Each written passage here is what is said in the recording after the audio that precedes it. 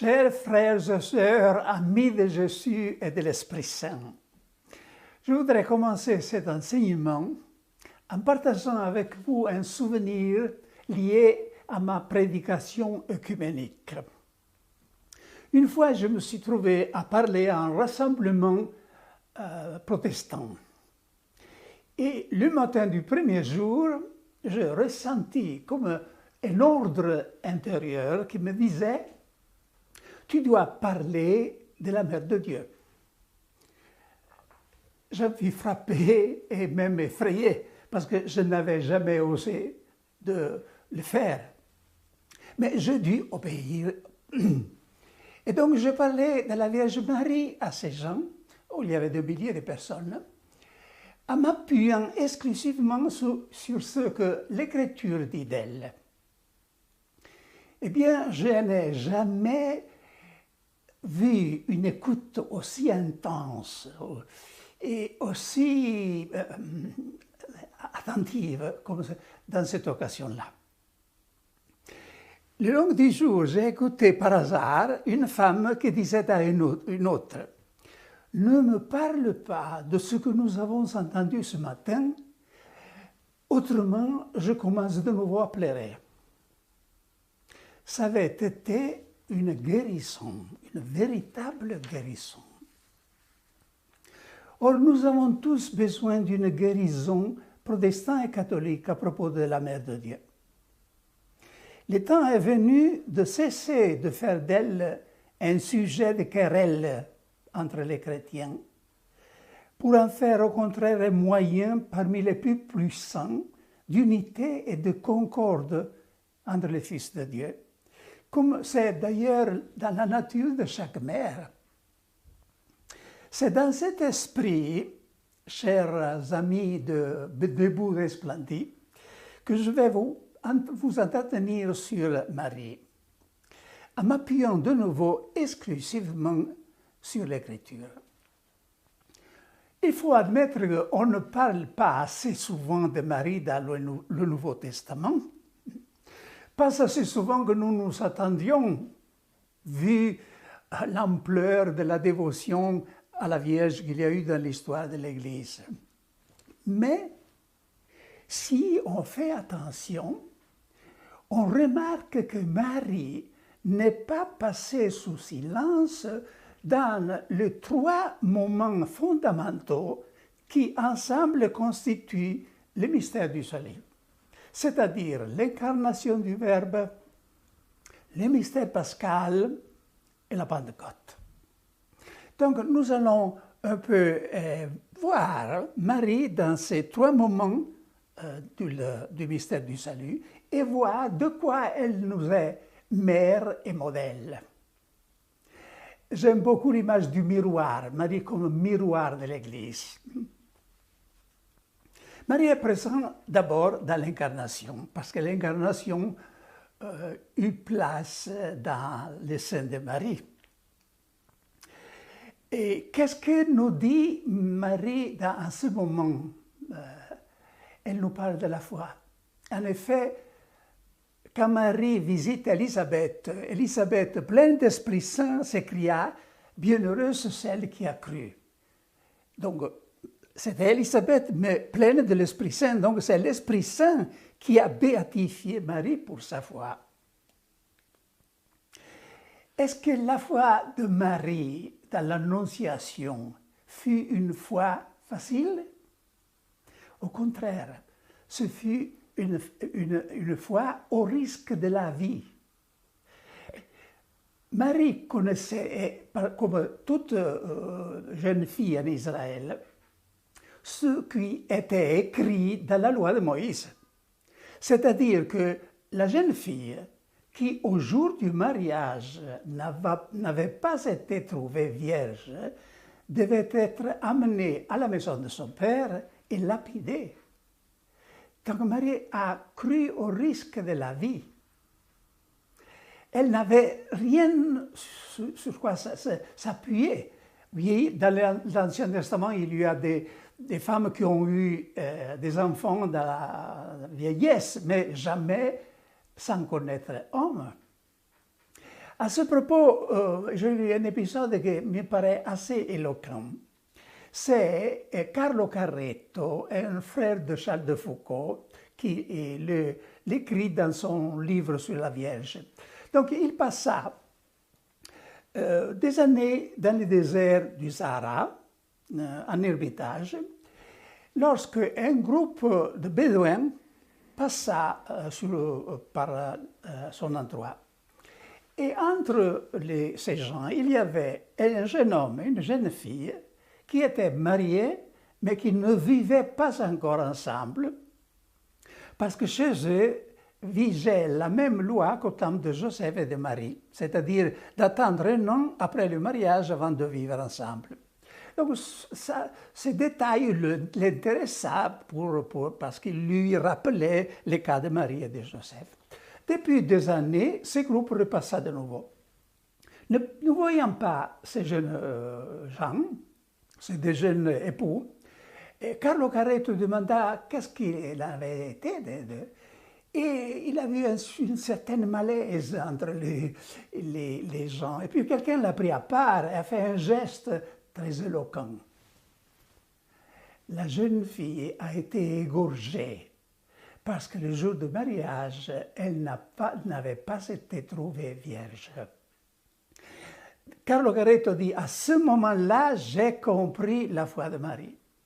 Et je l'ai élue comme ma maîtresse de foi. Encore, la foi de Marie, c'est une foi objective et subjective. Et je m'explique. La foi objective, c'est-à-dire que Marie a cru non d'un Dieu à sa mesure, elle a cru et accepté le Dieu de son peuple, le Dieu d'Israël, le Dieu d'Abraham, qu'elle nomme dans les Magnificat. Donc elle s'est insérée dans ce peuple croyant. Sa foi n'est pas quelque chose d'exclusivement subjectif. Mais la foi de Marie est aussi quelque chose de subjectif, de personnel, c'est-à-dire faite de confiance, d'abandon à Dieu. Par quel mot a-t-elle exprimé sa foi? Et nous pensons immédiatement, nous rappelons du latin, que Marie a dit fiat. Donc Marie, c'est la Vierge du fiat. Mais Marie n'a jamais dit fiat parce qu'elle ne parlait pas latin. Qu'est-ce qu'elle a dit? Parce que Saint Luc, dans l'épisode de l'Annonciation, évidemment, a des sources très proches de Marie. Et donc, il a pu remonter au verbe qui était sorti de la bouche de Marie. Et cette parole n'était pas fiat, parce que chaque fois que dans la traduction latine nous trouvons fiat dans la Bible, dans l'Ancien Testament, dans la Bible, dans la langue hébraïque, il y a une autre parole que nous connaissons très bien. Amen. Marie a dit Amen. C'est-à-dire quelque chose, un oui total à Dieu. Amen pour un juif signifie beaucoup plus que pour nous, comme conclusion d'une prière. Amen, c'est dire, il te plaît à toi, Dieu, et il me plaît à moi, que ta volonté soit faite. C'était un peu comme un oui nuptial. Thérèse de l'Enfant Jésus, au moment de sa première communion, dit « Ce fut un baiser d'amour. Je me sentais aimée et je disais aussi « Je vous aime. Je me donne à vous pour toujours. » Et ce fut le même pour Marie dans un degré évidemment un peu plus haut. Ce fut aussi une foi joyeuse. Comment le savons-nous? Alors ici, pardonnez-moi de faire un peu de philologie. L'Évangile a été écrit en grec, vous le savez, non en aramaïque ou en hébraïque. Donc, quel est le mot que nous trouvons dans la plume de Luc à cet endroit précis? C'est le mot genoito. Or, pour savoir la nuance qu'il y a dans ces verbes, il faut savoir que pour nous, dans nos langues néo-latines, nous connaissons certains modes du verbe. L'indicatif, pour dire des choses qui sont passées, se passent maintenant, se passeront dans l'avenir. Nous connaissons les conditionnels pour exprimer quelque chose qui pourrait se passer, mais pourrait aussi ne pas se passer. Le grec connaît un autre mode du verbe qui s'appelle l'optatif. Et on l'emploie quand on veut exprimer le désir que quelque chose arrive, l'impatience même. Donc, en mettant dans la bouche de Marie ces verbes genoito, c'est lui, comme l'Esprit Saint, nous dit que Marie n'a pas répondu oui en baissant la tête comme qui se résigne à une volonté étrangère, mais elle a dit en pleine joie à Dieu, je suis contente de faire ta volonté. Qu'est-ce que la parole de Dieu, chers amis, nous dit par la foi de Marie? Qu'est-ce que nous pouvons imiter de Marie? La foi. La foi. La foi est la première réponse à la grâce. Le salut, j'aime dire, se réalise dans une poignée de mains.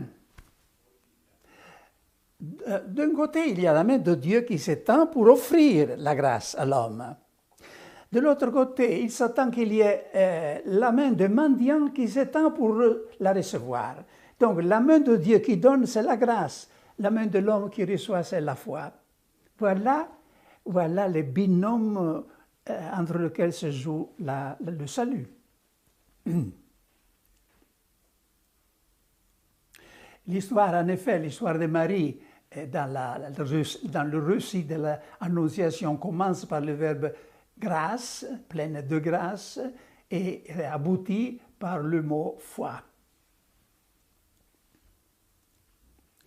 Or, Marie, nous dit saint Augustin, a conçu le verbe avant dans son cœur, par la foi, que dans son corps.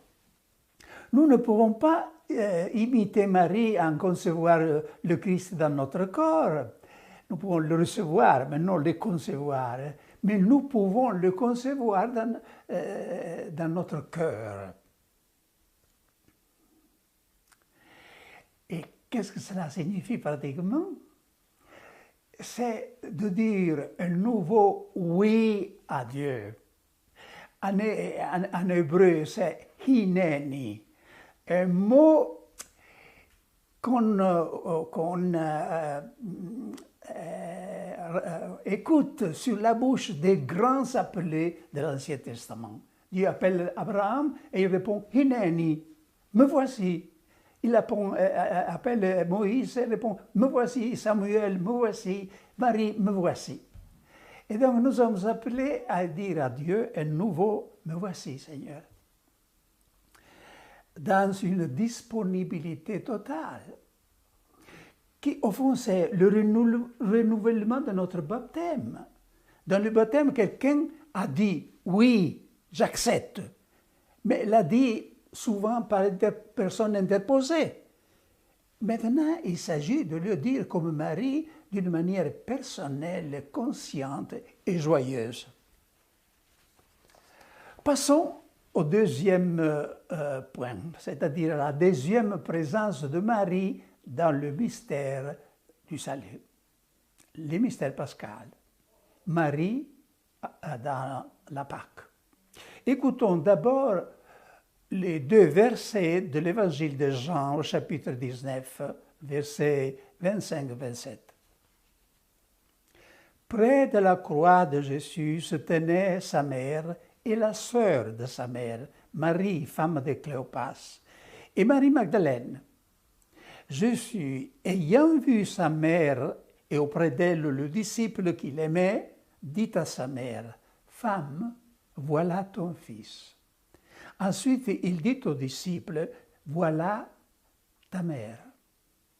Et depuis cette heure-là, le disciple l'a pris chez lui. Or, quelques réflexions. Si Marie était au calvaire, et c'est un témoin oculaire qui nous le dit, si Marie était au calvaire, ça veut dire qu'elle était à Jérusalem cette semaine. Et donc, si elle était à Jérusalem, elle a tout vu, tout entendu. Elle a suivi le procès de son fils. Elle a écouté les cris Barabbas, non celui-là. Elle a écouté peut-être de loin les cris de la foule, crucifige, crucifige, crucifie-le.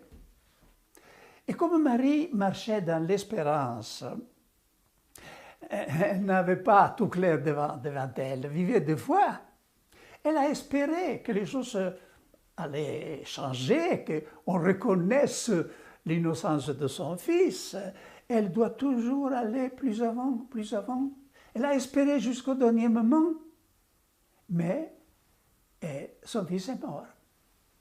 Humainement parlant, à ce moment-là, Marie, humainement parlant, Marie aurait dû s'échapper, descendre de la colline en criant « Dieu, tu m'as dupé, j'ai été dupé. Parce que tu m'as promis que mon fils régnerait sur le trône de David, et voilà qu'il est mort. Humainement parlant, tu m'as déçu. Non. Au contraire, Marie est là, en silence, au pied de la croix. Et c'est l'Écriture même qui fait continuellement un parallélisme entre Marie et Abraham. Et à l'Annonciation, on répète le mot qu'on a dit à Abraham.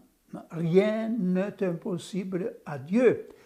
Or, il y a une analogie évidente entre l'histoire d'Abraham et celle de Marie.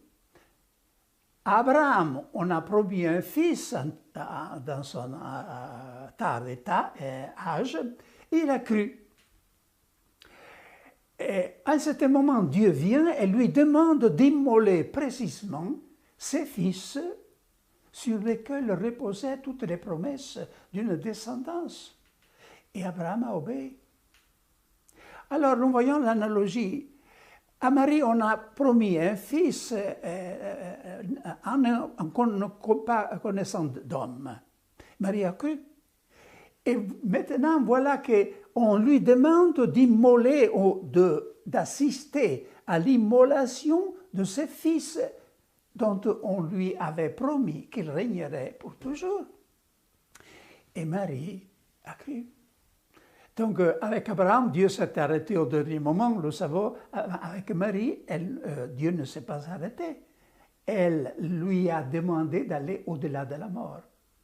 Or, d'Abraham, on lit dans la lettre aux Romains qu'il a cru espérant contre toute espérance. Et voilà que cela se réalise parfaitement à Marie. Elle a cru contre toute espérance. D'une certaine manière qu'elle-même ne savait pas s'expliquer rationnellement, elle a cru que Dieu a toujours une possibilité en plus, qu'il pouvait même ressusciter son fils d'entre les morts.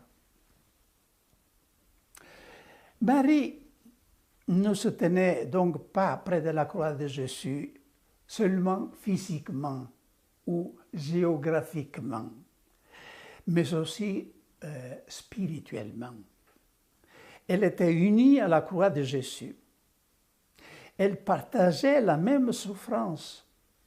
Elle souffrait avec lui, souffrait dans son cœur ce que le Fils souffrait dans son corps. Et qui pourrait penser autrement, chers frères et sœurs, pour peu que l'on sache ce que signifie être mère. Jésus était un homme. En tant qu'homme, il n'est en ce moment, aux yeux de tous, qu'un fils exécuté en présence de sa mère. Jésus ne dit plus comme à Cana, « Femme, qu'y a-t-il entre moi et toi ?» Mon heure n'est pas encore venue. Non, maintenant que son heure est venue, et il y a entre lui et sa mère une grande réalité en commun, la même souffrance. En ce moment extrême où le Père lui-même s'est mystérieusement soustrait à son regard d'homme, il n'est resté à Jésus que le regard de sa mère, où il puisse chercher refuge et réconfort. Dédaignera-t-il cette présence, ce réconfort maternel, celui qui, au Gethsémani, demanda à ses 3 disciples « Demeurez ici et veillez avec moi ». Mais nous devons faire un pas en avant ici. Nous devons élargir un peu notre horizon, parce que le mystère pascal ne consiste pas seulement dans la mort. Pour Saint Jean, qui nous relate l'épisode, la croix n'est pas seulement le moment de la mort de Jésus, mais aussi de sa glorification, de son triomphe. La résurrection y est déjà présente et opérante dans le signe de l'Esprit qui se repent de la croix du Christ. Sur le calvaire, pourtant, Marie n'a pas partagé seulement la mort de son Fils, mais aussi les prémices de sa résurrection. Sur le calvaire, Marie, donc, n'est pas seulement la mère des douleurs, mais aussi la mère de l'espérance. Mater Spei, comme l'invoque un hymne de l'Église.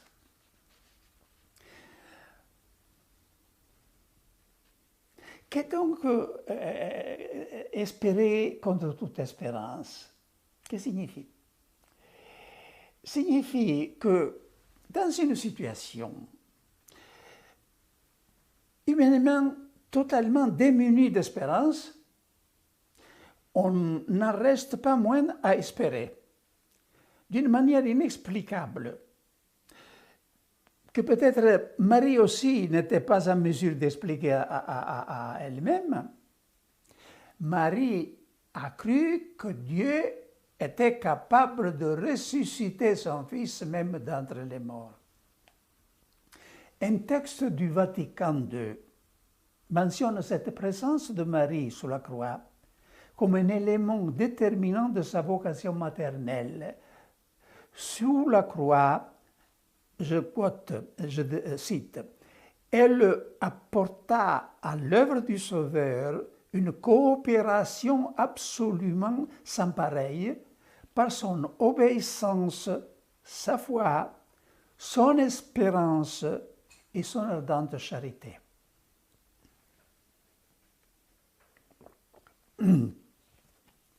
Venons-en à l'Église, c'est-à-dire à nous-mêmes. Comme elle fut près de son Fils crucifié, l'Église est appelée à se tenir proche des crucifiés d'aujourd'hui, les pauvres, ceux qui souffrent, les humiliés, les opprimés. Et comment l'Église accomplira-t-elle cette mission? En espérant, comme Marie. Il ne suffit pas de compartir à leur peine, ni même de chercher à les alléger. C'est trop peu. Quiconque peut le faire, même celui qui ignore la résurrection. L'Église doit apporter l'espérance en proclamant que la souffrance n'a pas le dernier mot, n'est pas absurde, parce qu'il y aura une résurrection d'entre les morts.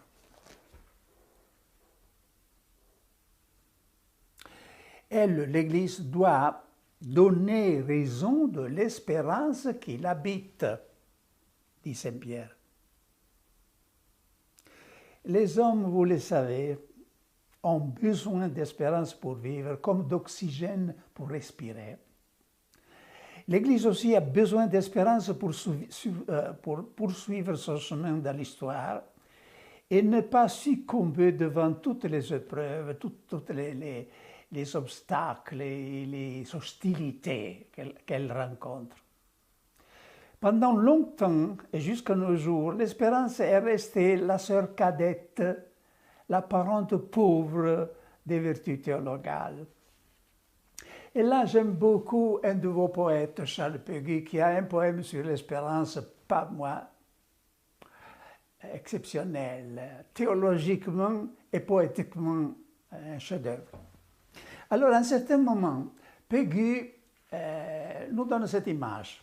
Il dit, les trois vertus théologales, foi, espérance, charité, sont comme trois sœurs. Deux adultes et une petite fille. Ils vont ensemble dans la rue, ils marchent ensemble dans la rue. La petite fille au centre, vous imaginez déjà qui pourrait être la petite fille. L'espérance. Hein? Et les deux, la foi et la charité à côté. Et tous ceux qui regardent disent, oh, certainement, ce sont les deux adultes qui traînent la petite au centre. Ils se trompent complètement. Parce que c'est la petite fille Espérance qui traîne les deux. Parce que si l'Espérance s'arrête, tout s'arrête. Ça, c'est les poches du mystère de la deuxième vertu. C'est meurt d'espérance dans une société qui manque d'espérance. Parce que notre société occidentale, je le vois en Italie, mais je pense que le même se passe en France. Ce qu'on remarque le plus, c'est le manque d'espérance. La capacité de se projeter en avant. Et la dénatalité est un signe de ce manque d'espérance. L'espérance est la vertu dont nous avons le plus besoin en ces temps de pandémie. Croire qu'après le calvaire que l'humanité est en train de vivre, il y aura une résurrection. La vie reprendra son cours. Et nous espérons un niveau plus haut, non plus bas qu'avant. De la pandémie, nous dit le pape François, on ne sort pas comme on y entre. On sort meilleur ou pire qu'auparavant. À nous la volonté d'en sortir meilleur, avec plus de foi, plus de solidarité avec les prochains, plus d'humanité,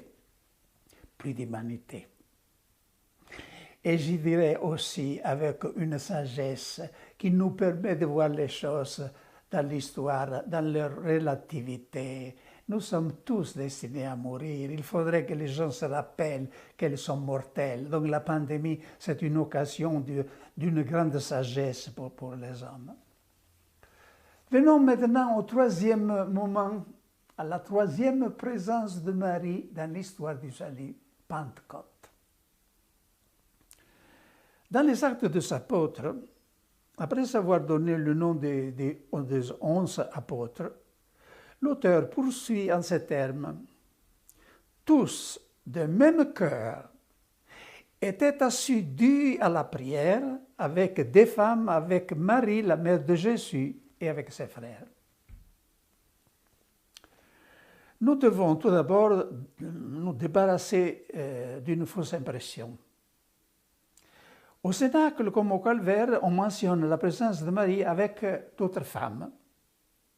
On dirait donc, quelqu'un dit, qu'elle est là comme l'une d'elles, ni plus ni moins.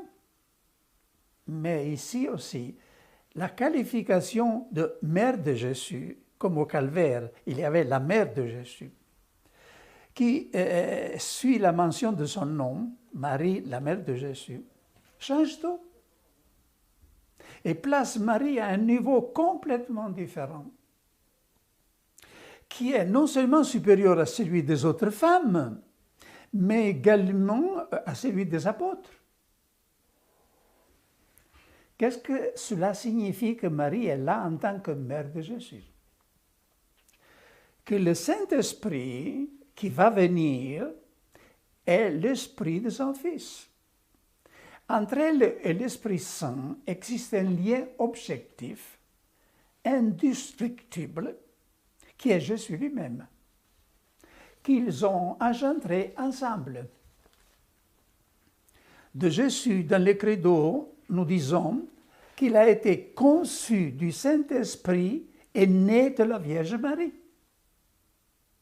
Marie n'est donc pas au Cénacle simplement comme une des autres femmes, mais même si à l'extérieur rien ne la distingue des autres et qu'elle ne fait rien pour se distinguer des autres. Il s'agit ici d'un point de foi accepté par tous les chrétiens, parce que les credos, c'est quelque chose que tous les chrétiens partagent. Donc dans les credos, nous disons que Jésus est conçu du Saint-Esprit et est né de la Vierge Marie. Tous les chrétiens, qu'ils soient orientaux ou occidentaux, catholiques ou protestants. Et c'est là une base sûre qui n'est pas moindre pour retrouver l'unité des chrétiens autour de la Mère de Dieu. Marie apparaît liée à l'Esprit Saint par le lien objectif, personnel et indescriptible qu'est la personne même de Jésus, qu'ensemble, même avec des contributions très différentes, ils ont engendré. Si l'on veut garder Marie et le Saint-Esprit séparés, il faut alors séparer le Christ lui-même, en qui leurs diverses opérations se sont concrétisées pour toujours. Au ciel, Jésus sera toujours celui qui a été engendré par l'Esprit Saint et né de la Vierge Marie. Marie, qui au pied de la croix, nous est apparue comme mère de l'Église, nous apparaît ici au Cénacle comme sa marraine. Une marraine forte, confiante. La marraine, pour pouvoir remplir sa fonction, doit avoir déjà de son côté reçu le baptême. Et c'est bien le cas de Marie. Elle a été baptisée par l'Esprit Saint au moment de l'incarnation, parce que l'Esprit Saint est descendu sur elle et l'a couverte de son ombre. Elle a déjà reçu son baptême dans l'Esprit. Marie à Pentecôte nous apparaît en même temps comme modèle de charité apostolique. Donc dans l'incarnation, modèle de foi surtout, dans le mystère pascal, modèle d'espérance, dans la Pentecôte, modèle de charité. Je m'explique. De charité apostolique et d'évangélisation. Elle a déjà, je disais, reçu sa Pentecôte au moment de l'Annonciation. Et le Magnificat qui sortit de sa bouche est le signe par excellence de la sobre ivresse de l'Esprit. L'Esprit l'a couvert de son ombre. Et maintenant, voilà qu'elle se met à disposition des disciples de Jésus pour les aider à recevoir à leur tour l'Esprit Saint. N'est-ce pas ce que nous devrions faire? Ayant reçu le courant de grâce de l'Esprit, surtout dans le renouveau charismatique, nous devons nous mettre à disposition de nos frères et sœurs des paroisses et de l'Église entière pour que chacun puisse faire la même expérience, qui a changé la vie de beaucoup de personnes et peut changer la vie de chaque personne.